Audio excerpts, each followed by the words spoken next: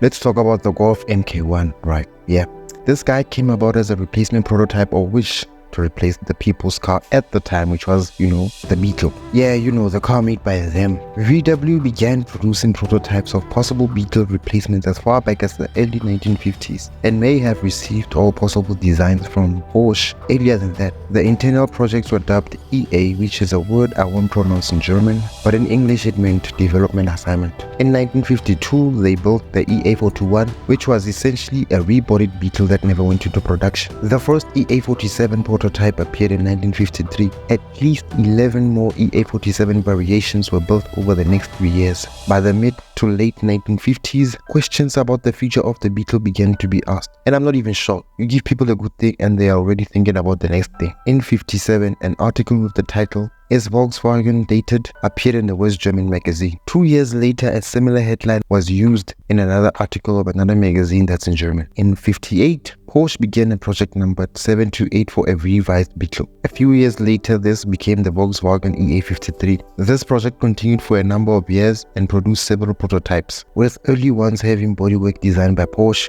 and later ones styled by Gia. The EA53 eventually led to the Type 3 model. They did other things within that time period, but for the interest of the video, let's skip to when they got the Beetle successor project from the EA158. As the project progressed, the car grew in size and weight. Eventually it was rejected as a Beetle replacement but served as a foundation of the subsequent Volkswagen Type 4 model. So there was a period where they were getting their asses handed to them by Opel, but remember they had not decided on making the MK1 as yet. They told themselves we need to beef up. So in 1969, Lotz and Italian Volkswagen importer Gerhard R. Gampet visited the Turin Auto Show. So after selecting their favorite cars of the show, they discovered that 4 of the 6 cars were designed by Gigi and his Ital design studio. So Gigi was invited to Wolfsburg in January 1970 to work on the development of project EA337. The first thing he saw when he arrived at VW's research center was a Fiat 128, completely disassembled and labeled the design brief, provided by the Volkswagen specified a C-segment car with a 2-box body in 3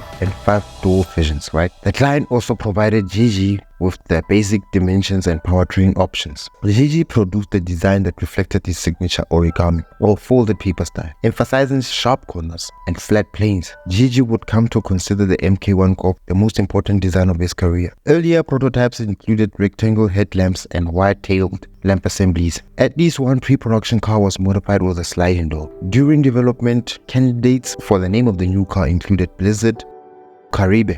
These lost out to their final choice of Golf. The origin of the name is variously attributed to the game of golf, the Gulfstream Current, or the name of a horse, and the rest was history. The Golf MK1 received VW model designation type 17. The production started in 74 and sales officially began in May 74. By this time, Gigi's rectangular headlamps and white tail lamps had given away to round headlamps and much narrower rear lamps. On these earliest cars, the lower horizontal body line running under the tail lamps on the rear hatch dropped down in the location of the rear license plate. This feature has been dubbed the swallowtail by some golf enthusiasts. The surface between the raised sides on the bonnet on early cars also blended smoothly into the leading edge. The Golf was not the first example of Gigi's work for Volkswagen to reach production. His design for the first generation Passat was released in 73, and the first generation Scirocco, a Gigi design prepared concurrently with the Golf, was released months ahead of the Golf. Hence you see similarities between the Golf and the Scirocco. Before we get into what it did, let's talk about what it came with. Let's get technical. The Golf adopted an efficient 2-box layout with a steep hatchback rather than a normal trunk. The chassis was a steel unibody. The car's engine was mounted transversely in the front and drove the front wheels. Engines from 2 Audi engine families were offered. Both were water-cooled inline 4-cylinder 4-stroke engines. Both also had 2 valves per cylinder operated by a single overhead camshaft driven by a timing belt. The early engines used 2-barrel Zenith carburetors.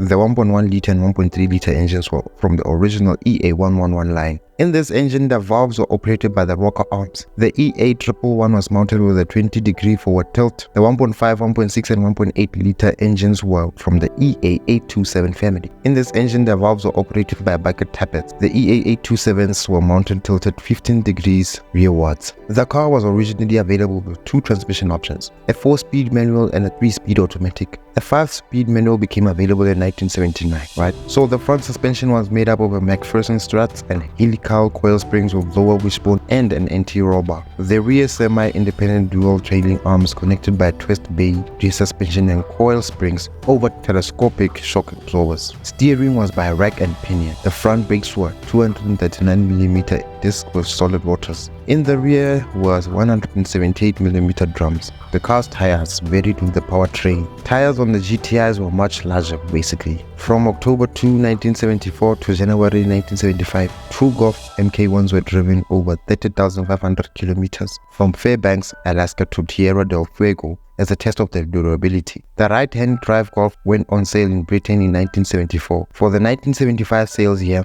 it was the 14th best-selling car in Britain, with more than 19 units sold in 1981. The facelifted Golf GTI was voted Car of the Year by What Car magazine, ahead of all new models like the Austin Metro, the MK3 Ford Escort. In its final sales year of 1983, it sold more than 25,000 units and was Britain's 14th best-selling car, despite being almost 10 years old. Air conditioning became available as an option on the domestic market in August 75. The ability to retrofit the system, together with installing a larger battery, was offered to owners of existing cars. In December 75, a minor styling revision deleted the swallowtail line on the rear hatch, replacing it with a simple, straight, horizontal body line. The bonnet also received a transverse line connecting the two raised sides across the front edge of the panel. The Golf was introduced in Japan 1975, where it was imported by the Yanese dealership chain. Its exterior dimensions and engine displacement were in compliance with the Japanese government dimension regulations. The Golf MK1 was a runner-up for European Car of the Year 1975, losing to the Citroën CX. A minor exterior revision in 1978 December replaced the narrow front rear bumper with molded units that wrapped around the sides of the car. Another minor facelift in 1998 or in 1980 saw the adoption of a wider rear lamp cluster and a new dashboard with a more modern-looking instrument display featuring LED warning lights. The US version also received rectangular headlamps. The Golf was West Germany's best-selling car for much of its production life and was among the most successful cars in the whole of Europe during its 9-year production run. Most companies at the time would have been dreaming about these stats, and VW knew that in order to find a proper true replacement for the Beetle, they were going to have to up their game.